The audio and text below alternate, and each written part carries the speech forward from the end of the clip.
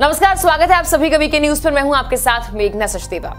कहते हैं इंसान का हेयर स्टाइल, उसके बाल उसकी काया पलट कर सकते हैं। बिखरे बाल और अच्छे से बने बाल दोनों ही वक्त में चेहरा बिल्कुल अलग दिखता है। और आज के जमाने में लोग इसका खास ख्याल रखते हैं कि आखिर कहां से बाल कटवाने हैं, चाहे उसके लिए उन्हें अच्छे खासे पैसे ही क्यों ना चुकाने पड़े। खैर, अगर बात पुराने जमाने की हो तो ये बाल काटने वाले पेड़ के नीचे ही लोगों को हीरो बना रहे थे, लेकिन अब सिर्फ आपको गांव में ही ऐसा देखने को मिलेगा। शहरों में फिर भी बाल काटने वालों की चांदी है।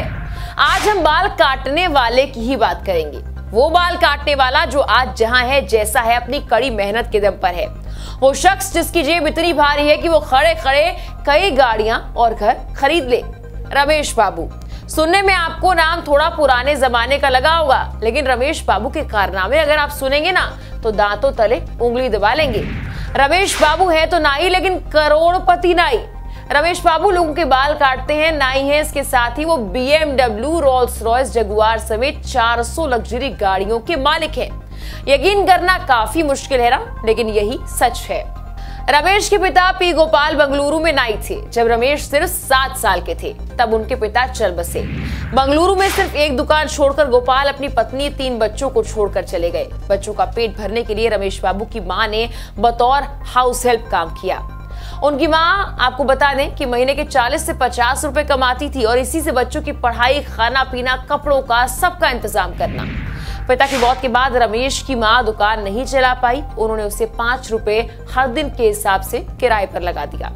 मां की मदद करने के लिए रमेश छोटे मोटे काम करने लगा। रमेश बाबू ने काम के साथ पढ़ाई भी जारी रखी और 10वीं तक की पढ़ाई पूरी की। 10वीं के बाद पढ़ाई छोड़ने वाले रमेश बाबू के जीवन में बहुत मुश्किलें आईं, पर उन्होंने ठान लिया था कि उन्हें अब कुछ करके दिखाना है। 10वीं पास करने के बाद रमेश बाबू ने पढ़ाई छोड़कर पिता की दुकान चलाने का फैसला लिया और उसके बाद उसी दुकान के अंदर उन्होंने काम शुरू कर दिया। आपको बता दें कि दुकान रमेश बाबू के स्कूल के पास के शॉपिंग कॉम्प्लेक्स में थी। कुछ ही दिनों में दुकान चल पड़ी। रमेश बाबू कुछ करना चाहते थे और उन्होंने कार खरीदने की सोची। सैलून से कुछ पैसे बचाए।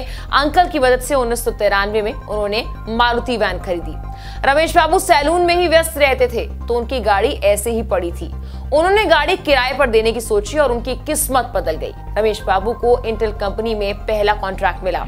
उनकी मां जिस परिवार में काम कर रही थी वहीं से मदद मिल पाई। धीरे धीरे वो कस्टमर बेस बनाने लगे। जल्दी उन्हें अंदाजा हो गया कि वो ऑटोमोबाइल रेंटल से मुनाफा कमा सकते हैं।